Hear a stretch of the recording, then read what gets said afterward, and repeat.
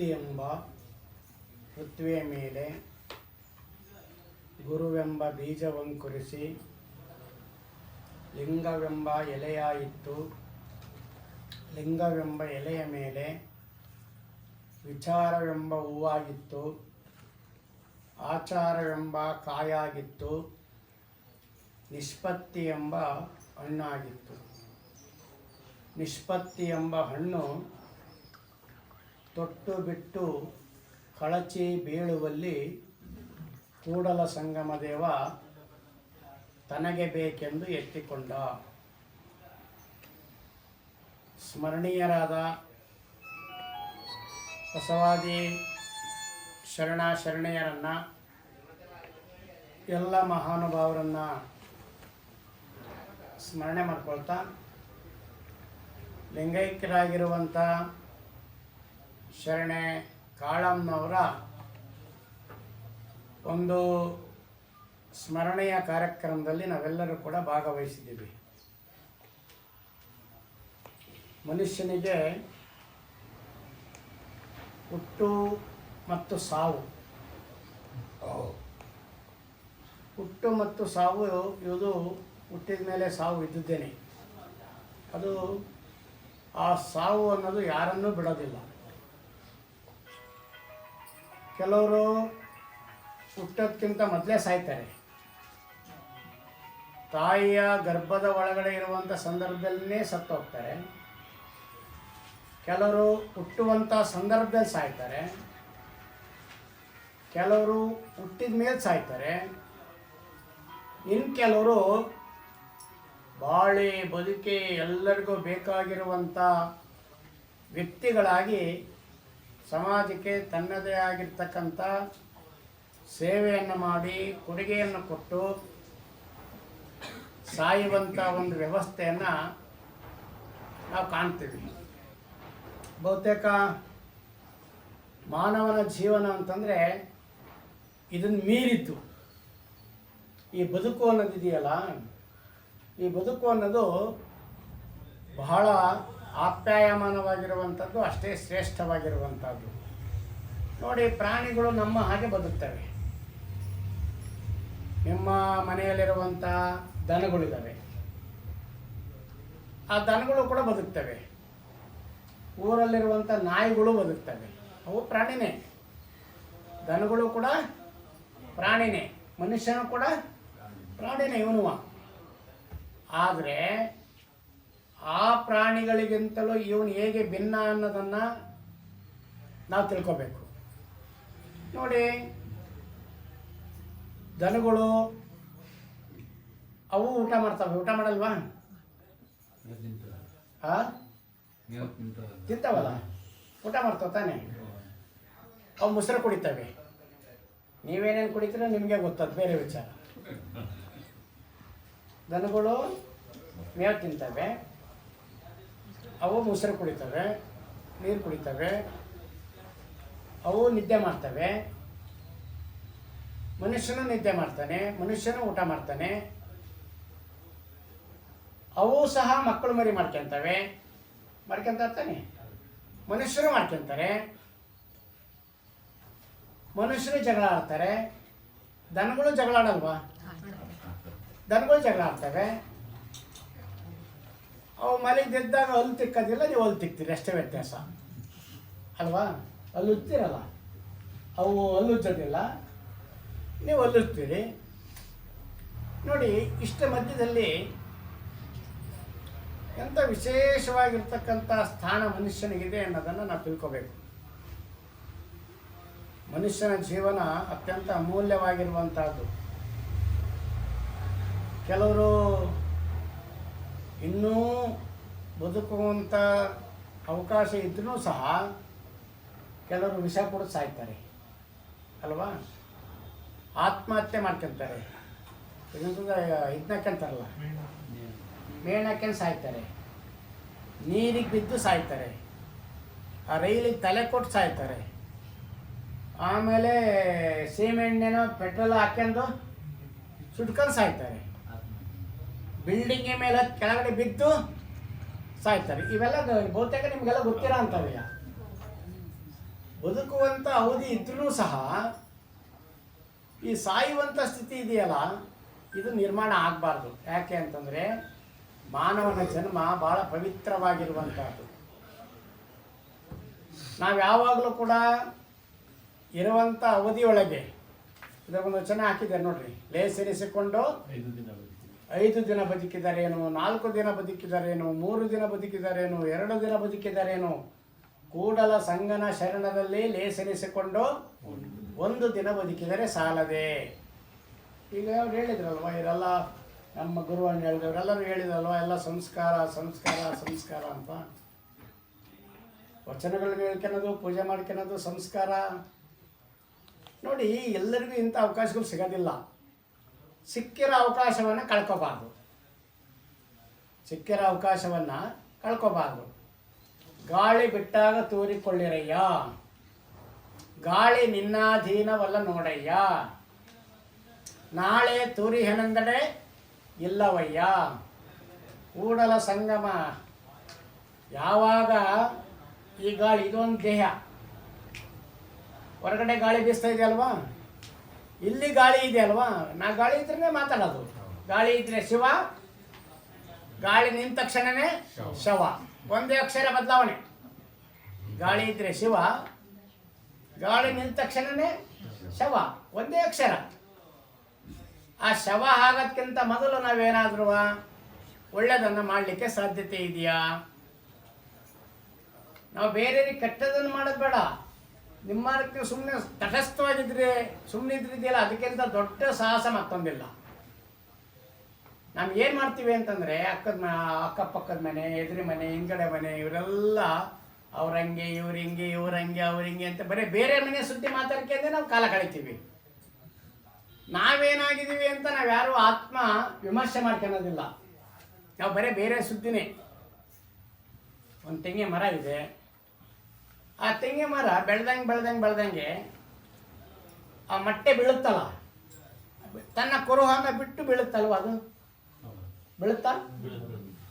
ಮತ್ತೆ ಮನುಷ್ಯನಾಗಿ ಹುಟ್ಟಿದ ಮೇಲೆ ಅದು ಒಂದು 50 ವರ್ಷನೋ 60 ವರ್ಷನೋ 70 ವರ್ಷನೋ ಇರ್ಬೋದೇನಿದ್ರೆ, ಅದ್ರ ಮೇಲೆ ಇರೋಕ್ಕಾಗಲ್ಲಲ್ವ.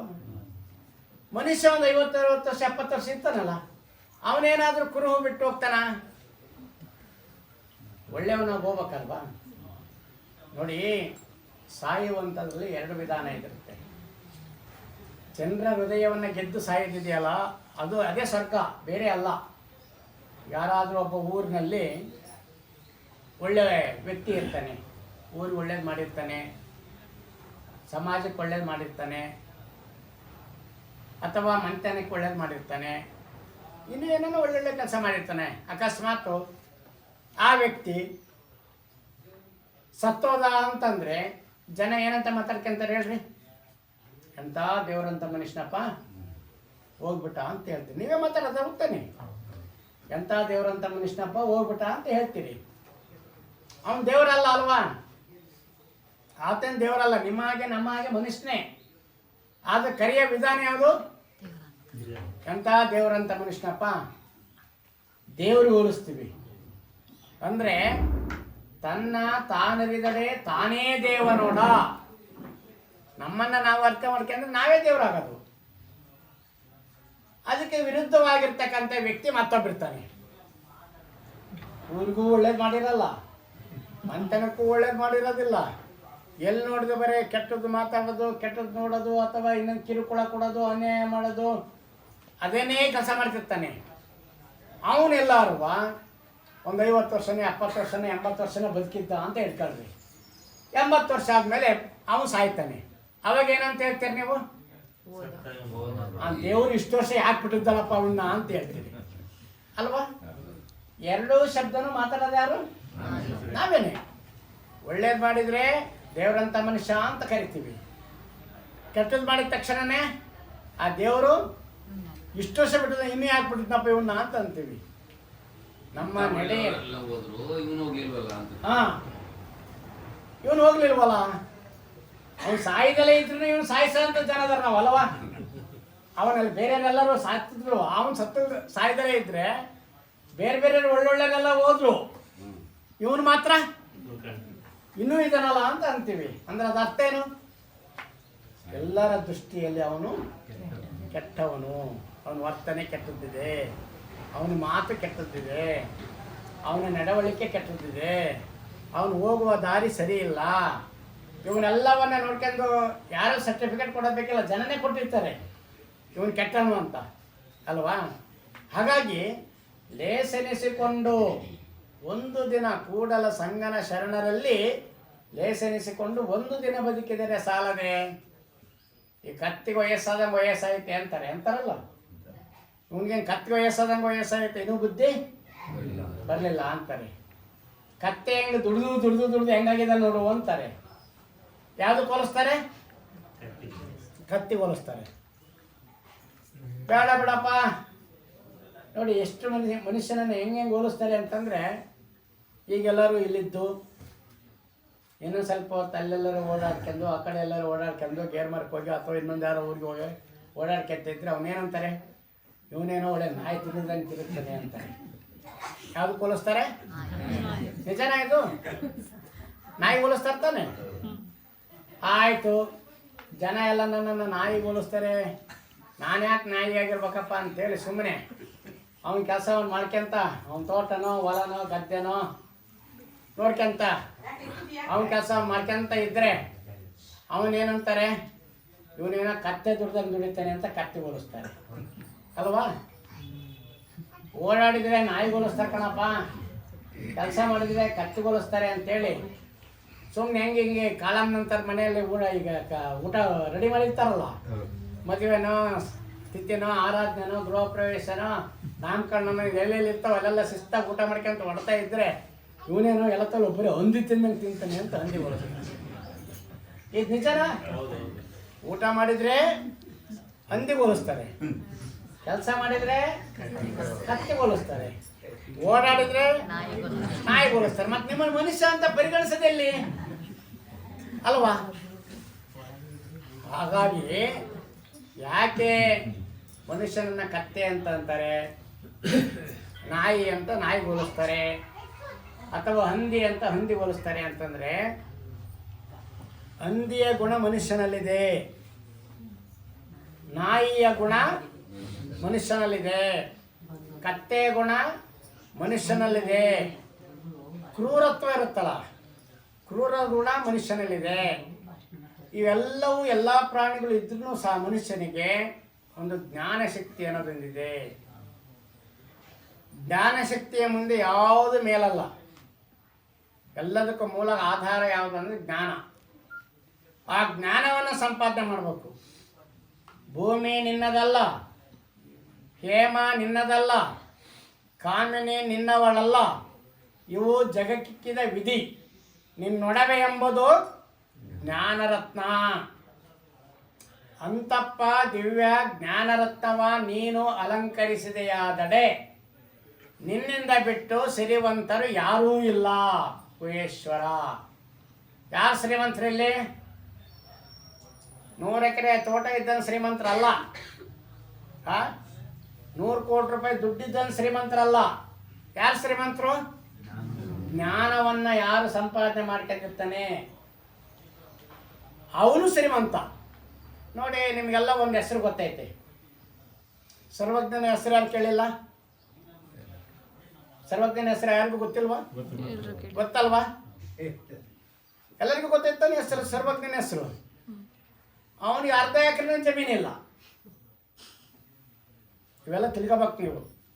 ಆ ಸರ್ವಜ್ಞನಿಗೆ ಜಮೀನೇ ಇಲ್ಲ, ಉಟ್ಕೊಳಕ್ಕೆ ಬಟ್ಟೆನೇ ಇಲ್ಲ. ಅವನೇನು ಈ ದೇಶದ ಪ್ರಧಾನಿನೂ ಆಗಿರಲಿಲ್ಲ, ಈ ರಾಜ್ಯದ ಮುಖ್ಯಮಂತ್ರಿನೂ ಆಗಿರಲಿಲ್ಲ. ಕನ್ನಡ ನಾಡಿನಲ್ಲಿ ಎಲ್ಲಾದ್ರೂ ಹೋಗ್ರಿ ಸರ್ವಜ್ಞನ ಹೆಸರನ್ನ ಯಾರು ಹೇಳಲ್ಲ? ಎಲ್ಲರೂ ಹೇಳ್ತಾನೆ. ಅವನ ಅಧಿಕಾರದಿಂದ ಹೆಸರು ಗಳಿಸಿನ. ಯಾವುದರಿಂದ ಅವನ ಹೆಸರು ಬಂದದ್ದು? ಜ್ಞಾನದಿಂದ. ಅಂತಪ್ಪ ದಿವ್ಯ ಜ್ಞಾನ ರತ್ನವ ನೀನು ಅಲಂಕರಿಸಿದೆಯಾದಡೆ ನಿನ್ನಿಂದ ಬಿಟ್ಟು ಸಿರಿವಂತರು ಯಾರೂ ಇಲ್ಲ. ಯಾರು ಶ್ರೀಮಂತರಂಗಾರೀಗ? ಯಾರೋ ಜ್ಞಾನವನ್ನು ಸಂಪಾದನೆ ಮಾಡ್ಕೊಂಡಿರ್ತಾರೆ, ಯಾರೋ ಜ್ಞಾನಕ್ಕೆ ಹೆಚ್ಚಿನ ಆದ್ಯತೆಯನ್ನು ಕೊಟ್ಟಿರ್ತಾರೆ, ಅವ್ರು ಶ್ರೀಮಂತರು. ಬಹಳಷ್ಟು ಸಂದರ್ಭದಲ್ಲಿ ಏನಾಗ್ತವೆ ಅಂತಂದರೆ, ಈ ಆಧುನಿಕವಾಗಿರ್ತಕ್ಕಂಥ ವ್ಯವಸ್ಥೆ ಮಧ್ಯದಲ್ಲಿ ನಾವು ಬದುಕೋದು. ದುಡಿಮೆ ಮಾಡಬಾರ್ದು ಅಂತಲ್ಲ, ದುಡಿಮೆ ಮಾಡಬೇಕು. ಹಣ ಗಳಿಸಬಾರ್ದು ಅಂತಲ್ಲ, ಹಣ ಗಳಿಸ್ಬೇಕು. ಜೀವನ ಮಾಡೋಕ್ಕೆ ಬೇಕಲ್ಲ, ಭೂಮಿನೂ ಬೇಕು, ಹಣನೂ ಬೇಕು, ಎಲ್ಲದೂ ಬೇಕಲ್ಲ. ಆದರೆ ಅದೇ ಸರ್ವಸ್ವ ಅಂತ ತಿಳ್ಕೋಬಾರ್ದು, ಹಣನೇ ಸರ್ವಸ್ವ ಅಂತ ತಿಳ್ಕೋಬಾರ್ದು, ಆಸ್ತಿನೇ ಸರ್ವಸ್ವ ಅಂತ ತಿಳ್ಕೋಬಾರ್ದು. ಇವತ್ತು ಶ್ರೀಮಂತ ಇದ್ದನು ನಾಳೆಗೆ ಬಡವ ಆಗ್ತಾನೆ, ಇವತ್ತು ಬಡವ ಇದ್ದನು ನಾಳೆ ಶ್ರೀಮಂತ ಆಗ್ತಾನೆ. ನೀವೇ ಮಾತಾಡ್ತಿರ್ತೀರಲ್ವಾ, ನಾವು ಕಣ್ಣಿನ ಕಾಣಂಗೆ ಅವ್ನು ಹೆಂಗಿದ್ದಪ್ಪ, ನಾನು ಅರ್ಸಿಕರಿಗೆ ಹೋಗಿ 10 ರೂಪಾಯಿ ದುಡ್ಡು ಕೊಡ್ತಿದ್ದೆ, ಈಗ ನೋಡು ಅವ್ನು ಹೆಂಗಾಗಿದ್ದಾನೆ. ನೀವೇ ಮಾತಾಡ್ತಿರ್ತಾನೆ. ಒಂದು ಕಾಲದಲ್ಲಿ ಅವ್ರ ಮನೇಲಿ ನಾವೆಲ್ಲ ಹೋಗಿ ಸಾಲ ಎಸ್ಕೊಂಬರ್ತಿದ್ವಿ. ಈಗ ಅವ್ರ ಮನೆ ಪರಿಸ್ಥಿತಿ ಏನಾಗೈತೆ, ದಿವಾಳಿ ಆಗೈತಿ ಅಂತ ಮಾತಾಡ್ತೀರಾ. ಅಂದರೆ ಈ ಬಡತನ ಸಿರಿತನ ಅನ್ನೋದು ಶಾಶ್ವತ ಅಲ್ಲ, ಅದು ಕಾಲಚಕ್ರ ತಿರುಗ್ತಾ ಇರುತ್ತೆ. ನಾವು ಯಾವುದನ್ನ ಭಾಳ ಒಳ್ಳೆಯದು ಅಂತ ತಿಳ್ಕೊಂಡಿದ್ದೀವೋ ಅದು ನಾಳೆ ನಶ್ವರ ಆಗುತ್ತದು, ಶಾಶ್ವತವಾಗಿ ಇರೋದಿಲ್ಲ. ನಾವೇನು ತಗೊಂಬಂದಿರೋದಿಲ್ಲ, ಬರುವಾಗ ನಾವು ಹೋಗುವಾಗಲೂ ಕೂಡ ಏನೂ ತಗೊಂಡು ಹೋಗಲ್ಲ ಅಲ್ವಾ. ಏನೇನು ಇರಲಿಲ್ಲಪ್ಪ ಈ ಮಂತನಕ್ಕೆ, ಈ ವ್ಯಕ್ತಿ ಬಂದಮೇಲೆ ಈ ಮಂತ ಇಷ್ಟೊಂದು ಬೆಳೆದ್ಬಿಡ್ತು, 100 ಕೋಟಿ ರೂಪಾಯಿ 1000 ಕೋಟಿ ರೂಪಾಯಿ ಆಸ್ತಿ ಮಾಡಿಬಿಟ್ಟ, 100 ಎಕರೆ ಜಮೀನು ಮಾಡ್ದ ಅಂತ ಹೇಳಿದ ಮೇಲೆ ಅವನು ಸತ್ತಾಗ ಒಂದು 100 ರೂಪಾಯಿನಾದರೂ ಅದರೊಳಗೆ ಹಾಕ್ತಾರ? ಅದರೊಳಗೆ ಹಾಕ್ತಾರೆ ಯಾರ್ರಿ? ಏನೇನು ಇರಲಿಲ್ಲಪ್ಪ 100 ಕೋಟಿ ರೂಪಾಯಿ ಗಳಿಸ್ಬಿಟ್ಟ ಅಂತೇಳಿ ಒಂದು 100 ರೂಪಾಯಿನಾದ್ರು ಹಾಕ್ತಾರ? ಅಕಸ್ಮಾತ್ ಅದೆಲ್ಲರೂ ಕೆಳಗಡೆ ಒಂದು 100 ರೂಪಾಯಿ ಬಿದ್ದಿದ್ರೆ ಅದ್ರ ಮುಚ್ತಾರ? ಹೋಗ್ಲಿ, ಏನು ಮಾಡ್ತಾರೆ ನೋಡಿ. ಮನುಷ್ಯನ ಜೀವನ ಎಷ್ಟಿದೆ ಯೋಚನೆ ಮಾಡಿ ನೋಡೋಣ. ವ್ಯಾಧನೊಂದು ಮೊಲನ ತಂದರೆ ಸಲುವ ಆಗಕ್ಕೆ ಬೆಲೆಗೈವರಯ್ಯ, ನೆಲನಾಳ್ದನ ಹೆಣ ಎಂದರೆ ಒಂದಡೆಗೆ ಕೊಂಬುವರಿಲ್ಲ ನೋಡಯ್ಯ. ಮೊಲ ನೋಡಿದ್ರಿ ನೀವೆಲ್ಲ ಅಲ್ವಾ? ಮೊಲ ಜೀವಂತ ಇದ್ರೂ ಬೆಲೆ, ಅದಕ್ಕೆ ಬೆಲೆ ಇದೆಯಾ? ಸತ್ ಮೇಲೂ ಕೂಡ ಅದಕ್ಕೆ ಬೆಲೆ ಇದೆ. ಮನುಷ್ಯನಿಗೆ ಜೀವ ಇದ್ರೆ ಬೆಲೆ, ಜೀವ ಹೋದ ತಕ್ಷಣನೇ ಬೆಲೆನೇ ಇಲ್ಲ. ಮನೆ ಒಳಗೆ ನೀವೇ ಇಟ್ಕೊಳಲ್ಲ, ಮನೆ ಒಳಗಡೆ ಇದ್ರೆ ನೀವೇ ಇಟ್ಕೊಳಲ್ಲ, ಎಲ್ಲಿ ಇರ್ತೀರಿ? ಆಚೆ ಇರ್ತೀರಿ. ಒಂದು ಮೊಲಕ್ಕೆ ಇರುವಂತ ಬೆಲೆ ಮನುಷ್ಯನಿಗಿಲ್ಲ ಅಂತಂದ್ರೆ ಯೋಚನೆ ಮಾಡ್ರಿ. ಹಾಗಾಗಿ ಪ್ರಾಣಿ ಪಕ್ಷಿಗಳಿಗಿಂತಲೂ ಕೂಡ ನಾವು ಶ್ರೇಷ್ಠವಾದಂಥ ಜೀವನವನ್ನು ಮಾಡಬೇಕು. ಆವಾಗ ನಮ್ಮ ಈ ಮನುಷ್ಯ ಜನ್ಮ ಬಂದದ್ದು ಸಾರ್ಥಕ ಆಗೋದು. ಭಾಳ ಸಂದರ್ಭದಲ್ಲಿ ತಂದೆನೋ ತಾಯಿನೋ ಉದಾಸೀನವಾಗಿ ಮಾತನಾಡುವಂಥದ್ದು, ತಾಯಿಯನ್ನು ನಿರ್ಲಕ್ಷ್ಯವಾಗಿ ಮಾತನಾಡುವಂಥದ್ದು, ತಂದೆಯನ್ನು ನಿರ್ದಾಕ್ಷಿಣ್ಯವಾಗಿ ಬೇರೆ ಶಬ್ದಗಳನ್ನು ಬಳಸಿ ಮಾತನಾಡುವಂಥದ್ದು, ಇದೆಯಲ್ಲ ಭಾಳ ಅಪಾಯಕಾರಿ. ನಾವೆಲ್ಲ ತಿಳ್ಕೊಂಡಿರ್ತೀವಿ ಅಷ್ಟೇ. ನಿಮಗೆ ಅವ್ರಿಗೆ ಇವತ್ತು ವಯಸ್ಸಾಗಿ ನಾಳೆ ನೀವು ಮುದುಕರಾಗೋದಿಲ್ವಾ? ನಿಮ್ಗೆ ವಯಸ್ಸಾಗೋದಿಲ್ವಾ? ನಾವೀಗೆಲ್ಲ ಚೆನ್ನಾಗಿದ್ದೀವಿ, ಶಕ್ತಿಯುತವಾಗಿದ್ದೀವಿ, ರಕ್ತ ಭಾಳ ಏನು ಬಿಸಿ ರಕ್ತದಲ್ಲಿದ್ದೀವಿ. ನಾಳೆ ನಿಮ್ಮ ಪರಿಸ್ಥಿತಿ ಬಂದಾಗ ನೋಡಿ, ತಂದೆ ಅಥವಾ ತಾಯಿ ಮಕ್ಕಳ ಮೇಲೆ ಎಷ್ಟು ಪ್ರೀತಿ ಮಮತೆ ವಾತ್ಸಲ್ಯದಿಂದ ಇರ್ತಾರೆ ಅಂತಂದರೆ, ಕೊನೆ ಉಸಿರಿರೋ ತನಕನೂ ಕೂಡ ಮಕ್ಕಳ ಮೇಲೆ ಭಾಳಷ್ಟು ಅಭಿಮಾನವನ್ನು ಇಟ್ಕೊಂಡಿರ್ತಾರೆ ತಂದೆ ತಾಯಿಗಳು. ನಾವು ತಂದೆ ತಾಯಿಗಳನ್ನು ಎಷ್ಟು ಮಟ್ಟಿಗೆ ಪ್ರೀತಿಸ್ತೀವಿ? ನಿಮ್ಮ ಮನೆಯಲ್ಲಿರುವಂಥ ನಾಯಿ ಇದೆಯಲ್ಲ, ಆ ನಾಯಿಯನ್ನು ವಾಕಿಂಗ್ ಕರ್ಕೊಂಡು ಹೋಗ್ತೀವಿ, ನಿಜನಾ? ಕರ್ಕೊಂಡು ಹೋಗ್ತೀವ? ಕೈಯಲ್ಲಿ ಇಟ್ಕೊಂಡು ಹೋಗ್ತೀವಲ್ಲ. ನಿಮ್ಮ ಮನೆಯಲ್ಲಿ ಸಾಕಿರುವಂಥ ನಾಯಿಯನ್ನು ವಾಕಿಂಗ್ ಕರ್ಕೊಂಡು ಹೋಗ್ತೀವಿ. ತಾಯಿಯನ್ನು ಎಷ್ಟು ಜನ ಕರ್ಕೊಂಡು ಹೋಗಿದ್ದೀರಿ? ಎಲ್ಲರೂ ಉಂಟಾ? ತಾಯಿಯ ಋಣವನ್ನು ತೀರ್ಸೋಕ್ಕಾಗತ್ತಾ? ಕರ್ಕೊಂಡು ಹೋಗೋದು ಬೇಡ, ನೀವು ಬೇರೆ ರೀತಿ ಶಬ್ದ ಬಾಯಿಂದ ಬದಲ್ದಂಗೆ ಅವ್ರು ನೋಡ್ಕೊಂಡ್ರೆ ಸಾಕು. ಅವರು ನಮಗೋಸ್ಕರ ತನ್ನ ಇಡೀ ಸರ್ವಸ್ವವನ್ನೇ ತ್ಯಾಗ ಮಾಡಿರ್ತಾರೆ. ತಾವು ಕಷ್ಟವನ್ನು ಅನುಭವಿಸಿರ್ತಾರೆ, ನೋವನ್ನು ಅನುಭವಿಸಿರ್ತಾರೆ, ವೇದನೆಯನ್ನು ಅನುಭವಿಸಿರ್ತಾರೆ, ಸಮಸ್ಯೆಯನ್ನು ಎದುರಿಸಿರ್ತಾರೆ. ನನ್ನ ಮಗ ಚೆನ್ನಾಗಾಗಬೇಕು, ನನ್ನ ಮಗಳು ಚೆನ್ನಾಗಾಗಬೇಕು, ಉದ್ಧಾರ ಆಗಬೇಕು ಅಂತೇಳಿ ಮಗನಿಗೋಸ್ಕರ ಎಷ್ಟು ತ್ಯಾಗ ಮಾಡಿರ್ತಾರೆ ತಾಯಿ.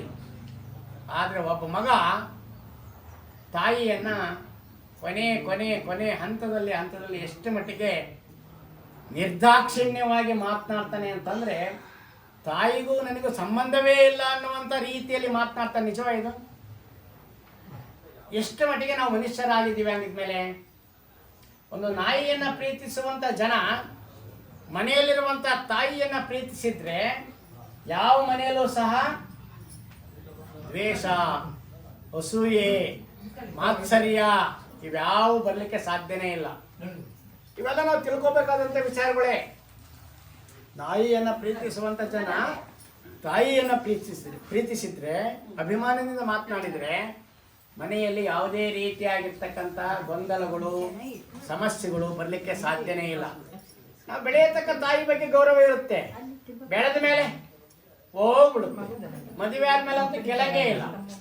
ಆ ತಾಯಿ, ನಿಮ್ಮ ವಿಚಾರನೇ ಹೇಳ್ತಿರೋದಮ್ಮ, ಆ ತಾಯಿ ವಯಸ್ಸಾದ್ಮೇಲೆ ಕಣ್ಣು ಕಾಣಂಗಿರಲ್ಲ, ಕಿವಿ ಕೇಳಂಗಿರಲ್ಲ, ಹಲ್ಲೆಲ್ಲ ಬಿದ್ದೋಗಿರ್ತವೆ, ಚರ್ಮ ಎಲ್ಲ ಸುಕ್ಕಟ್ಟೋಗಿರುತ್ತೆ, ನಿಂತ್ಕೊಳಕ್ಕೆ ಶಕ್ತಿ ಇರಲ್ಲ, ನಿತ್ರನಾಗಿರುತ್ತೆ. ಇಂಥ ಸಂದರ್ಭದಲ್ಲಿ ಆ ತಾಯಿಯನ್ನ ಉದಾಸೀನವಾಗಿ ಮಾತನಾಡೋದು, ನಿರ್ದಾಕ್ಷಿಣ್ಯವಾಗಿ ಮಾತನಾಡೋದಿದೆಯಲ್ಲ, ಇದೇ ದೊಡ್ಡ ನರಕ. ನರಕ ಬೇರೆ ಎಲ್ಲೂ ಇಲ್ಲ, ಇಲ್ಲೇ ಇರೋದು ನರಕ. ಮಾತೆತ್ತಿದ್ರೆ ತಾಯಿಯೇ ದೇವರು ಅಂತ ಹೇಳ್ತೀವಲ್ವ, ಆ ದೇವರ ಆ ಸ್ಥಾನವನ್ನು, ಆ ತನವನ್ನು ನಾವು ಉಳಿಸ್ಕೊಂತೀವ. ಜನ ಉಳಿಸ್ಕೊಳ್ಳೋದಿಲ್ಲ. ಒಂದು ಹಂತ ಬೆಳೆಯತಕ್ಕ ಅಷ್ಟೇ, ಅದು ಬೆಳೆದ ಮೇಲೆ ಇಲ್ಲ. ಅದು ಮದುವೆ ಆದ್ಮೇಲೆ ಅಂತೂ ಕೇಳಂಗೆ ಇಲ್ಲ, ಅವ್ರ ವಯಸ್ಸಾದ್ಮೇಲಂತೂ ಮಾತಾಡಂಗೆ ಇಲ್ಲ. ನೋಡಿ, ಆ ತಾಯಿಯ ಮಗು ಚಿಕ್ಕ ಹುಡುಗ ಆಗಿದ್ದಾಗ ಒಂದು 3 ವರ್ಷನೋ 2 ವರ್ಷನೋ 3 ವರ್ಷನೋ ಆಗಿದ್ದಾಗ ಆ ತಾಯಿ ಅಳ್ತಾಳಂತೆ, ನನ್ನ ಮಗ ಊಟ ಮಾಡ್ತಾ ಇಲ್ಲ, ಊಟ ಮಾಡಲ್ಲ ಅಂತ ಅಳ್ತಾಳಂತೆ. ನಿಜನಾ ಇದು? ಅದೇ ಮಗ ದೊಡ್ಡವನಾದ್ಮೇಲೆ ಆ ತಾಯಿ ವಯಸ್ಸಾದ್ಮೇಲೆ ಮತ್ತೆ ಆ ತಾಯಿ ಅಳ್ತಾಳಂತೆ, ನನ್ನ ಮಗ ನನಗೆ ಊಟಕ್ಕೆ ಆಗ್ತಾ ಇಲ್ಲ, ನನ್ನ ಮಗ ನನಗೆ ಊಟಕ್ಕೆ ಆಗ್ತಾ ಇಲ್ಲ ಅಂತ ಅಳ್ತಾಳಂತೆ. ತಾಯಿಯ ಕಣ್ಣೀರಿದೆಯಲ್ಲ ನೋಡಿ, ನರಕ ಅನ್ನೋದು ಎಲ್ಲಿದೆ? ಇಲ್ಲೇ ಇರೋದು. ಚಿಕ್ಕ ವಯಸ್ಸಿನಲ್ಲಿದ್ದಾಗ ಮಗ ಊಟ ಮಾಡೋದಿಲ್ಲ ಅಂತ ಅಳ್ತಾಳೆ. ಅದೇ ವಯಸ್ಸಾದ ಮೇಲೆ ತಾಯಿ, ಮಗ ನನಗೆ ಊಟಕ್ಕೆ ಆಗ್ತಾ ಇಲ್ಲ ಅಂತ ಅಳ್ತಾಳೆ. ನಿಜವಾದಂಥ ಮನುಷ್ಯತ್ವ ಇರೋಂಥವ್ರು ಯಾರಾದ್ರೂ ಅಂಥ ತಾಯಿಯವರನ್ನ ನಿರ್ಲಕ್ಷ್ಯ ಮಾಡೋದು, ಉದಾಸೀನ ಮಾಡೋದು, ಬೇರೆ ರೀತಿಯಾಗಿ ಅಪಮಾನ ಮಾಡೋದು, ಅವಾಚ್ಯ ಶಬ್ದಗಳಿಂದ ಬೈಯೋದಿದೆಯಲ್ಲ, ಬೇರೆ ನರಕ ಎಲ್ಲೆಲ್ಲೂ ಇಲ್ಲ, ಇಲ್ಲೇ ಇರೋದು ನರಕ. ಹಾಗಾಗಿ ಪ್ರಾಣಿಗಳಿಗಿಂತಲೂ ಮನುಷ್ಯ ಯಾಕೆ ಶ್ರೇಷ್ಠ ಅನ್ನೋದು, ಮನುಷ್ಯನಿಗೆ ಬುದ್ಧಿಶಕ್ತಿ ಇದೆ, ಜ್ಞಾನಶಕ್ತಿ ಇದೆ. ಆ ಬುದ್ಧಿ ಜ್ಞಾನಶಕ್ತಿ ಇರೋದ್ರಿಂದ ಮನುಷ್ಯ ಶ್ರೇಷ್ಠವಾಗ್ತಾನೆ. ಒಬ್ಬ ಶ್ರೀಮಂತ ಇದ್ದ, ಬಹಳ ಆಗರ್ಭ ಶ್ರೀಮಂತ, ಕೋಟ್ಯಾಧಿಪತಿ ಇದ್ದ. ಅವನ ಮಗ ಚೆನ್ನಾಗಿ ಓದಲಿ ಅಂತ ಚೆನ್ನಾಗಿ ಓದಿಸಿದ ಮೇಲೆ ಒಂದು ದೊಡ್ಡ MNC ಕಂಪ್ನಿಯಲ್ಲಿ ಒಳ್ಳೆ ಆ ಕಂಪ್ನಿಯ ಹೆಡ್ ಆಗಿ ಕೆಲಸಕ್ಕೆ ಸೇರ್ಕೊಂಡ. ಒಂದು ತಿಂಗಳಿಗೆ $1 ಕೋಟಿ ಅವನಿಗೆ ಸಂಬಳ, ಸ್ಯಾಲ್ರಿ ಬರೋಕ್ಕೆ ಶುರುವಾಯಿತು. ಅವನ ಮನೆಗೆ ಬರೋದು ಬಿಟ್ಬಿಟ್ಟ. ತಂದೆ ಅನ್ನಂಗಿಲ್ಲ, ತಾಯಿ ಅನ್ನಂಗಿಲ್ಲ, ಮನೆ ಬರೋದೇ ಬಿಟ್ಬಿಟ್ಟ. ಇವನು ಶ್ರೀಮಂತ, ಇವನಿಗೇನು ಕೊರತೆ ಇರಲಿಲ್ಲ. ಇವನು ತಂದೆ ಆದವನು ಶ್ರೀಮಂತ, ಕೋರ್ಟಿಗೆ ಒಂದು ಅರ್ಜಿ ಹಾಕ್ತ. ಏನಂತ? ನನ್ನ ಮಗನ ದುಡಿಮೆಯಿಂದ ನನಗೆ ಪಾಲು ಬರಬೇಕು ಅಂತೇಳಿ ಕೋರ್ಟಿಗೆ ಹಾಕ್ತ. ಲಾಯರ್ಗಳಿಗೆಲ್ಲ ಗೊತ್ತಿದ್ದ ಇವ್ನು ಶ್ರೀಮಂತ. ಇವನೇ ಶ್ರೀಮಂತ, ಇವನು ಮತ್ತೆ ಮಗನಿಂದ ಪಾಲು ಕೇಳ್ತದನಲ್ಲ ಅಂತೇಳಿ ಎಲ್ಲರಿಗೂ ಆಶ್ಚರ್ಯ ಆಯಿತು. ಕೋರ್ಟಿಗೆ ಹಾಕಿದ್ಮೇಲೆ ಅದನ್ನ ವಾದ ಮಾಡೋದ ಅಥವಾ ವಿಚಾರಣೆ ಮಾಡಲೇಬೇಕಲ್ಲ. ಕೇಳಿದ್ರು, ಏನಪ್ಪ ನೀನೇ ಶ್ರೀಮಂತ ಇದೆಯಾ, ಮತ್ತೆ ನಿನ್ನ ಮಗನಿಂದ ಪಾಲು ಬರಬೇಕು ಅಂತೇಳಿ ಕೋರ್ಟಿಗೆ ಹಾಕಿದ್ಯಲ್ಲಪ್ಪ, ಹೆಂಗಿದು ಅಂತ ಕೇಳಿದರು. ಹೌದು ಸ್ವಾಮಿ, ನಾನು ಶ್ರೀಮಂತ ಅಂತ ನನಗೆ ಗೊತ್ತಿದೆ. ನಾನೇನು ಅವನಿಂದ ದುಡ್ಡು ತಗೊಂಡು ಜೀವನ ಮಾಡೋ ಅಂಥ ಸಂದರ್ಭ ಅವಕಾಶ ನನಗೇನು ಬೇಕಿಲ್ಲ. ಆದರೂ ನಾನು ಅವನ ದುಡಿಮೆಯಲ್ಲಿ ನನಗೆ ಪಾಲು ಬರಬೇಕು ಅಂತ ಅಂದ. ಜಡ್ಜ್ ಬಂದರು. ಜಡ್ಜ್ ಕೇಳಿದರು, ಏನಪ್ಪ ನೀನು ಅಷ್ಟೊಂದು ಶ್ರೀಮಂತ ಇದೆಯಂತೆ, ನಿನಗೆ ಯಾಕಪ್ಪ ಇದು ಅಂತ. ಇಲ್ಲ ಸ್ವಾಮಿ, ನನಗೆ ಬೇಕು. ಏನು ಬೇಕು ನಿನಗೆ? ನನ್ನ ಮಗನಿಂದ ನನಗೆ ಪಾಲು ಬೇಕು. ಮಗನ ಕರೆಸಿದ್ರು. ಮಗನ ಕೇಳಿದ್ರು, ಏನಪ್ಪ ನಿಮ್ಮ ತಂದೆಯವ್ರು ನಿನ್ನ ಪಾಲು ಕೇಳ್ತಿದ್ರೆ ಏನು ಮಾಡ್ತೀಯಪ್ಪ? ಹೌದು ಸ್ವಾಮಿ ನಾನು ಕೊಡ್ತೀನಿ ಅಂತಂದು. ನಾನು ಕೊಡ್ತೀನಿ ಅಂತ. ಕೊಡ್ತಾನಂತ ಇಸ್ಕೊಳಪ್ಪ ಅಂತಂದು. ನೀನೇನು ನಿರೀಕ್ಷಣೆ ಮಾಡ್ತೀನಿ? ನಿನ್ನ ಮಗನಿಂದ ಎಷ್ಟು ಕೇಳ್ತಾ ಇದೆಯಪ್ಪ ನೀನು ಅಂತಂದು. ಈ ಶ್ರೀಮಂತ ತಂದೆ ಹೇಳ್ದ, ನನ್ನ ಮಗನಿಂದ ನನಗೆ ಬೇಕಾಗಿರೋದು ಕೇವಲ 100 ರೂಪಾಯಿ. ಎಷ್ಟು? 100 ರೂಪಾಯಿ ಅಷ್ಟೇ ಬೇಕು. ಆವಾಗ ಲಾಯರು ಜಡ್ಜ್ ಎಲ್ಲ ಮುಖ ನೋಡಿದ್ರು, 100 ರೂಪಾಯಿಗೋಸ್ಕರ ಕೋಟಿ ಬಂದನಲ್ಲಿ ಇವನು ಅಂತ. ಆಮೇಲೆ 100 ರೂಪಾಯಿ ಆಯಿತು ಅಂತೇಳಿ ಜಡ್ಜು, ನೀನು 100 ರೂಪಾಯಿ ಕೊಡಪ್ಪ ಅಂತ ಹೇಳಿದ್ರು. ಆವಾಗ ಶ್ರೀಮಂತ ಹೇಳ್ದ, ನೋಡಿ ಸ್ವಾಮಿ, ನನಗೆ 100 ರೂಪಾಯಿ ಕೊಡೋದಾದರೆ ಪೋಸ್ಟ್ ಮಾಡೋಂಗಿಲ್ಲ, ಅಕೌಂಟ್ಗೆ ಹಾಕೋಂಗಿಲ್ಲ. ಇವೆಂಥವು ಫೋನಲ್ಲಿ ಬಂದಾವಲ್ಲ, ATM ಎಲ್ಲ ಎಂಥವು ಫೋನ್ಪೇ, ಗೂಗಲ್ ಪೇ ಅಂತೇನೇ ಇದಾವಲ್ಲ, ಅದಕ್ಕೆ ಹಾಕೋಂಗಿಲ್ಲ. ನೇರವಾಗಿ ಪ್ರತಿ ತಿಂಗಳು ಮೊದಲನೇ ದಿವಸ ಅವನು ಬಂದು ನನಗೆ ಅವನೇ ನೇರವಾಗಿ ದುಡ್ಡು ಕೊಟ್ಟು ಹೋಗ್ಬೇಕು ಅಂತ ಹೇಳಿದ ತಂದೆ. ಆವಾಗ ಇವರು ಜಡ್ಜ್ ಯೋಚನೆ ಮಾಡಿದ್ರಲ್ಲ, 100 ರೂಪಾಯಿಗೆಲ್ಲ ಏನಿದು ಅಂತೇಳಿ ಯೋಚನೆ ಮಾಡಿದರು. ಕೊನೆಗೆ ಆಯಿತು ಅಂತೇಳಿ ಆ ಶ್ರೀಮಂತನ ಕೇಳಿದರು, ಅಲ್ಲಪ್ಪ 100 ರೂಪಾಯಿ ನಿನಗೆ ಬೇಕಾಗಿರೋದು, ಅವನು ದೊಡ್ಡ ಕೆಲಸದಲ್ಲದಾನೆ, ಅವನಿಗೆ ಒತ್ತಡಗಳು ಭಾಳ ಇರ್ತವೆ, ನೀನು ಅದು ಯಾಕೆ ಹೆಂಗೆ ಮಾಡ್ತೀಯಪ್ಪ ಅಂತ ಕೇಳಿದ ಜಡ್ಜು. ನೋಡಿ ಸ್ವಾಮಿ, ನನಗೆ 100 ರೂಪಾಯಿ ದೊಡ್ಡದಲ್ಲ, ನನಗೆ 100 ರೂಪಾಯಿ ಮುಖ್ಯನೂ ಅಲ್ಲ. ಆದರೆ ಕೊನೆ ಪಕ್ಷ ಆ 100 ರೂಪಾಯಿ ಕೊಡೋಕ್ಕಾದ್ರೂ ನನ್ನ ಮಗ ಬಂದೋಗ್ಲಿ ನನ್ನ ಮನೆಗೆ ಏನೋ ಉದ್ದೇಶ ಬಿಟ್ಟರೆ ಇದ್ರಿಗೆ ಏನೇನೂ ಇಲ್ಲ ಅಂತ ಹೇಳ್ದತ್ತ ಅವ್ರ ಶ್ರೀಮಂತ. ಆವಾಗ ಆ ಜಡ್ಜು ಆದೇಶ ಮಾಡೋದನ್ನು ನಿಲ್ಲಿಸಿ 2 ದಿವಸ ರಜಾ ಹಾಕಿ ಅವ್ರ ಊರಿಗೆ ಹೋಗಿ ಅವ್ರ ತಂದೆ ತಾಯಿನೆಲ್ಲ ಮಾತಾಡ್ಸ್ಕೊಂಡು ಕೊನೆಗೆ 2 ದಿವಸ ಆದಮೇಲೆ ಬಂದು ಆದೇಶ ಮಾಡ್ದ. ಏನಂತ ಆದೇಶ ಮಾಡ್ದ? ಮಗನಿಗೆ, ನೋಡಪ್ಪ, ನೀನು ಪ್ರತಿ ತಿಂಗಳು 100 ರೂಪಾಯಿನ ನೀನೇ ನೇರವಾಗಿ ಕೊಡಬೇಕು, ಇದು ಕೋರ್ಟ್ ಆರ್ಡ್ರ್ ಅಂತೇಳಿ ಡಿಕ್ಲೇರ್ ಮಾಡ್ದೆ. ಅಲ್ಲಿದ್ದ ಲಾಯರ್ ಕೇಳಿದ್ರು, ಅಲ್ಲ ಸ್ವಾಮಿ, ಇದೇ ಮಾತನ್ನು ಮೊನ್ನೆನೇ ಹೇಳಿದ್ರು, 2 ದಿವಸ ಹಿಂದೆನೇ ಹೇಳಿದ್ರು, ಮುಗಿದೋಗಿತ್ತಲ್ಲ, ಮತ್ತೆ ಯಾಕೆ 2 ದಿವಸ ತಗೊಂಡ್ರಿ ಅಂತ ಅಂದರು. ಅದಕ್ಕೆ ನ್ಯಾಯಾಧೀಶರು ಜಡ್ಜ್ ಹೇಳಿದರು, ನಾನು ಊರು ಬಿಟ್ಟು 4-5 ವರ್ಷ ಆಗಿತ್ತು, ನನಗೆ ಈ ಆದೇಶ ಕೊಡುವಂಥ ನೈತಿಕತೆ ಇರಲಿಲ್ಲ. ಆ ಉದ್ದೇಶಕ್ಕೋಸ್ಕರವಾಗಿ ಈ ವ್ಯಕ್ತಿಯಿಂದ ನನಗೆ ಜ್ಞಾನೋದಯ ಆಯಿತು. ನಾವು ಎಷ್ಟೇ ಓದಿದ್ರು ಕೂಡ ತಂದೆ ತಾಯಿಯನ್ನು ನಾವು ಯಾರು ಕೂಡ ಮರಿಬಾರ್ದು. ನನ್ನ ಜ್ಞಾನದ ಕಣ್ಣನ್ನು ತೆರೆಸಿರ್ತಕ್ಕಂಥ ವ್ಯಕ್ತಿ ಈತ ಅಂತೇಳಿ ನಾನು ಊರಿಗೋಗಿ ನಮ್ಮ ತಂದೆ ತಾಯಿಯನ್ನು ಮಾತಾಡಿಸಿ ಆವಾಗ ನನಗೆ ಬಂದಮೇಲೆ ನೈತಿಕತೆ ಬಂತು. ಅದಕ್ಕೆ ಈಗ ಆರ್ಡ್ರ್ ಮಾಡ್ತಾ ಇದ್ದೀನಿ, ನೀನು ಪ್ರತಿ ತಿಂಗಳು ನೀನೇ ನೇರವಾಗಿ ಕೊಡ್ಬೇಕನಪ್ಪ ಅಂತ ಹೇಳಿದರು. ಅಂದರೆ ಇದನ್ನು ಹೇಳೋ ಉದ್ದೇಶ ಏನು ಅಂತಂದರೆ, ನಮಗೆ ಸ್ವಲ್ಪ 4 ಕಾಸು ಕೈ ಆಡಿದವು ಅಂದ ತಕ್ಷಣವೇ ಮನೆನೂ ಬೇಡ, ತಂದೆನೂ ಬೇಡ, ತಾಯಿನೂ ಬೇಡ, ಸಂಬಂಧನೂ ಬೇಡ. ಈಗ ಅವ್ರ ಯಜಮಾನ್ರು ಹೇಳ್ತಾ ಇದ್ರು, ನನ್ನ ಮಗನಿಂದ ನಾನು ಉಳ್ಕೊಂಡೆ ಅಂತ. ಆ ಭಾವನೆ ಬರಬೇಕು. ಆ ಭಾವನೆ ಬಂದಾಗ ಇರೋದು ಅಲ್ಲೇ ಜೀವ, ಅಲ್ಲೇ ಇರೋದು ಬದುಕು. ಹಾಗಾಗಿ ನಮ್ಮ ಜೀವನದಲ್ಲಿ ಏನಾದರೂ ಗಳಿಸ್ಬೋದು. ಈ ಸಂಬಂಧ ಇದ್ದಾವಲ್ಲ, ಅದರಲ್ಲೂ ವಿಶೇಷವಾಗಿ ತಂದೆ ತಾಯಿಗಳ ಸಂಬಂಧ ಇದ್ದಾವಲ್ಲ, ಅವನ್ನು ನಾವು ಯಾರು ದುಡ್ಡು ಕೊಟ್ಟು ತಗೊಳಕ್ಕಾಗೋದಿಲ್ಲ. ದುಡ್ಡು ಕೊಟ್ಟು ಯಾರೂ ತಗೊಳಕ್ಕಾಗೋದಿಲ್ಲ. ಹಾಗಾಗಿ ಏನು ಕಾಳಮ್ಮನವರು ಎಷ್ಟು ವರ್ಷ ಬದುಕಿದ್ರು, ಹೇಗೆ ಬದುಕಿದ್ರು ಅನ್ನೋದ್ರ ಬಗ್ಗೆ ಎಲ್ಲ ಮಾತಾಡಿದ್ರಲ್ವ. ನಮ್ಮ ಲಿಂಗಾಯತ ಧರ್ಮದೊಳಗೆ ಇದನ್ನು ಲಿಂಗೈಕ್ಯ ಅಂತ ಕರೀತಾರೆ. ಯಾಕೆ ಲಿಂಗೈಕ್ಯ ಅಂತ ಕರೀತಾರೆ ಅಂದರೆ, ನೋಡಿ, ಹುಟ್ಟುವಾಗ ಮಗು ಹುಟ್ಟಿದ ಮೇಲೆ ಮೊದಲೆಲ್ಲ ಏನಂತ ಹುಟ್ಟಿದ ಮೇಲೆ ಏನು ಮಾಡ್ತಿದ್ರು? ಏನಂತ ಮಾತ್ರ ಹೇಳ್ರಿ? ಲಿಂಗಧಾರಣೆ ಅಂತ ಮಾಡ್ತಿದ್ರಲ್ವಾ. ಈಗೇನಂತಾರೆ ಶಬ್ದ ಹೋಗಿ? ಈಗೆಲ್ಲ ಬರ್ತಡೆ ಅಲ್ಲ, ನಾಮಕರಣ ಅಂತಾರ ಅಂತಾನೆ. ಮೊದಲೆಲ್ಲ ಎಂತ ಶಬ್ದ ಬಳಸಿದ್ರು? ನಮ್ಮ ಮನೆಯಲ್ಲಿ ಲಿಂಗಧಾರಣೆ ನಮ್ಮ ಹೋಗೋಗೆ ಬರ್ರಿ ಅಂತ ಕರೀತಿದ್ರು. ನಿಮ್ಮ ಮನೆ ಅಕ್ಕಪಕ್ಕ ಇರೋರ್ನ ಎಲ್ಲರೂ ಅಲ್ವಾ. ಈಗ ಹಂಗಂತ ಏನಿಲ್ಲ, ಆ ಲಿಂಗಧಾರಣೆ ಶಬ್ದ ಹೊರಟೋಯ್ತು. ಈಗೇನಿದ್ರು? ನಾಮಕರಣ. ಅಂದರೆ ಲಿಂಗದಿಂದ ಉದಯವಾಗಿರ್ತಕ್ಕಂಥ ಈ ದೇಹ ಲಿಂಗದೊಳಗೆ ಐಕ್ಯ ಆಗಿರೋದಕ್ಕೆ ಲಿಂಗೈಕ್ಯ ಅಂತ ಕರೆಯೋದು. ಈ ಲಿಂಗೈಕ್ಯ ಅನ್ನೋ ಶಬ್ದ ಲಿಂಗಾಯತ ಧರ್ಮದಲ್ಲಿ ಬಿಟ್ಟರೆ ಬೇರೆ ಯಾವ ಧರ್ಮದವರು ಬಳಸೋದಿಲ್ಲ. ಇದು ನಮ್ಮ ಹೆಮ್ಮೆ ವಿಚಾರ. ಇದು ಇಂಥ ಅನೇಕ ವಿಚಾರಗಳಿದ್ದಾವೆ. ಹಣೆಯಲ್ಲಿ ವಿಭೂತಿ ಯಾಕೆ ಧರಿಸಬೇಕು, ಲಿಂಗವನ್ನು ಯಾಕೆ ಧರಿಸಬೇಕು, ಲಿಂಗದಲ್ಲ ನಾವು ಹೆಂಗೆ ಇರಬಾರ್ದು, ಕಡ್ಡಾಯ ಲಿಂಗವನ್ನು ಯಾಕೆ ಧಾರಣೆ ಮಾಡಬೇಕು, ಇವೆಲ್ಲವೂ ಕೂಡ ನಾವು ತಿಳ್ಕೊಬೇಕು. ಜನ ನಾವು ಮುಸಲ್ಮಾನ್ ಹಂಗೆ ಇನ್ನೊಬ್ರು ಹಿಂಗೆ ಅಂತ ಬೇರೆಯವ್ರನ್ನ ಟೀಕೆ ಮಾಡಕ್ಕೆ ಹೋಗ್ತೀವಿ. ನಾವು ಸರಿಯಾಗಿದ್ದೀವಿ ಅಂತ ಯೋಚನೆ ಮಾಡ್ಬೇಕಲ್ವ.